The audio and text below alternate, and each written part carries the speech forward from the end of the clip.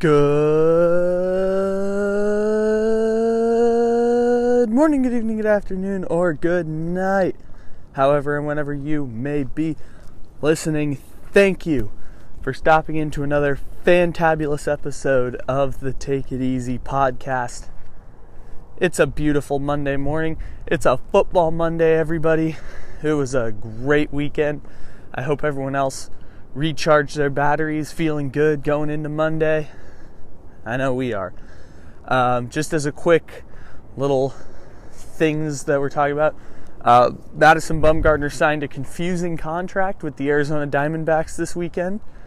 Joe Burrow won the Heisman in a landslide, including breaking the three biggest records in the history of Heisman, like the three different voting categories: margin of victory, total first place votes, and total appearances on the ballot. And Navy crushed Army in the greatest rivalry in America. And then on Sunday, we had an NFL Palooza. And everything is coming down to the end. We had a great weekend, but we begin talking about it as we do every week. We try and break down all 13 games to the best of our ability, and we begin, as we do every week, with the forgettable game of the week. And I let the fans pick this one over on the Instagram page at comical_sports_memes. I let the fans pick the forgettable game of the week. They chose the Dolphins and the Giants. Therefore, we will discuss the Dolphins and the Giants. I don't know much about what happened in that game. It didn't show up much on the Red Zone channel. I know Saquon Barkley scored a ton because he bailed out my fantasy team in a consolation game, which is nice. I'll finish in 5th place this year instead of 8th. Thanks to Miles Sanders going bonkers, Saquon Barkley, Mark Andrews, Zeke, Dakota Prescott. Yeah, so as for Miami, they're just as bad as all those teams that are stuck around 3 and 4 losses, but they just peaked earlier in the season than all those teams, so it made it appear as if they were better. They'll end up with either the 2 or 3 pick in the upcoming NFL draft. So this weekend we saw 8 games between teams currently in playoff positioning, and one matchup of teams that were both in playoff positioning. So there were eight games between teams in playoff positioning against teams that were not in playoff positioning, and then one matchup of 2 teams in the playoffs. And that was on Sunday Night Football, the Bills and the Steelers. Of those 8, we'll get to the Bills and the Steelers. Of those 8 games that had playoff teams versus non-playoff teams, the playoff team went 7-1. And the only one that they did not win, the Atlanta Falcons stunning the San Francisco 49ers, which was above and beyond the game of the week this week. The Falcons, first of all, I told you the Falcons would cover the 11-point spread. That was just ridiculous, the idea that you were going to give that many points to a team that is clearly better than 4-9. If they have a good day defensively, they're like a Super Bowl team. Hence the fact they've blown out the Saints, blown out the Panthers, blown out, who was the other team they blew out? Blew out another playoff team. I forgot who it was now.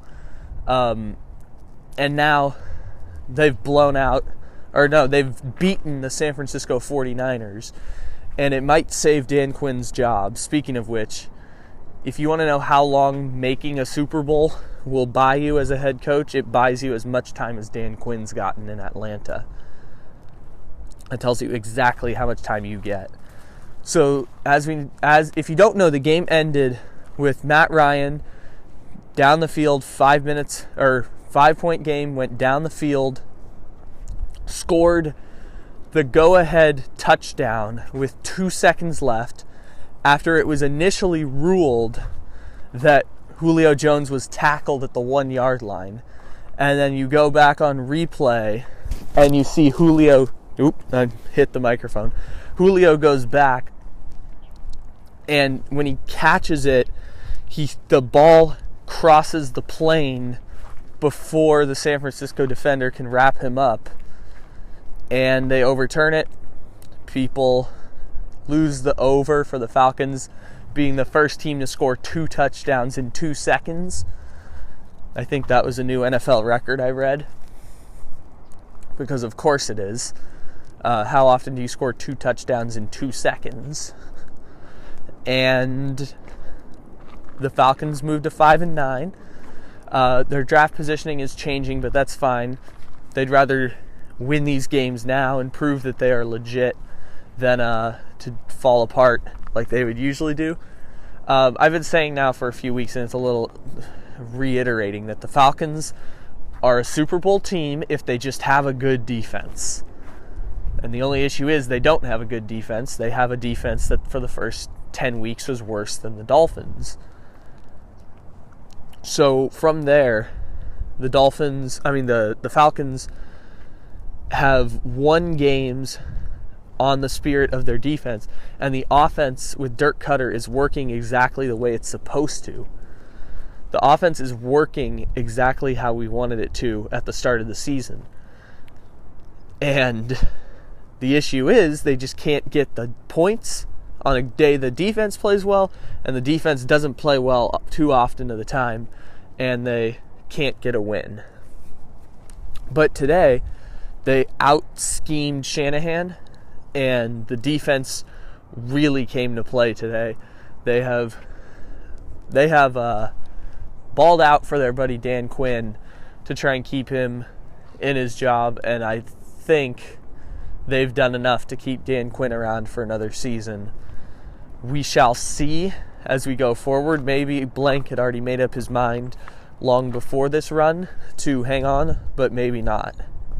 As for the Niners, tough loss, but in the end, doesn't hurt them other than potentially a confidence shot. They play, I believe, the Rams next week, and then they take on the Seahawks. They can definitely beat the Rams. That's not in the question, is whether or not they're going to make the playoffs and where they're going to be, because if they win, they'll end up, if they beat the Seahawks, they'll get the NFC West title. And that was the exact same case before this loss. It was going to come down to the Seahawks game no matter what. So in terms of their positioning, this game means nothing.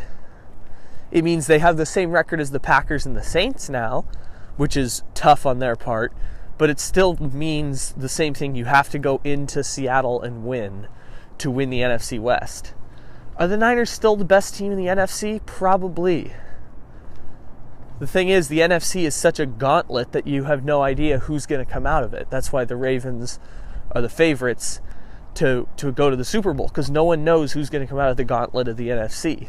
And if the Saints can swipe that home field advantage, and in a 3-way tiebreaker they finish third, so it's going to take a lot for the Saints to end up getting that number 1 seed, changes a lot of who becomes the favorite. If the Packers get the number 1 seed, changes who becomes the favorite, or the Seahawks or San Francisco. That's why seeding is so important at this time of the year, especially in the NFC and especially for San Francisco. And we can talk about seeding all you want. Once you get in the playoffs, the Niners have proven they can beat anyone in any stadium on any given day. But it just wasn't their day yesterday. The Falcons came down to the end and beat them like they have in every one of their games this year. They find a way to lose late in the game. As I think all 3 of their losses, they've been 2 buzzer beaters. As time expires, they lose, and 1 with 2 seconds left. Shanahan does not make mistakes, and he's about 3 plays away from being undefeated. All right, the Eagles. I thought we were going to get to come here and rip on the Eagles this morning, but it wasn't meant to be. Miles Sanders, huge day. Whoever Ward Jr. is, I don't know their receiving core anymore. Whoever he is, whoever you are, you played your tail off today. was a phenomenal game on your part. It felt like he had like 10 or 11 catches. Obviously, Zach Ertz doing Zach Ertz things.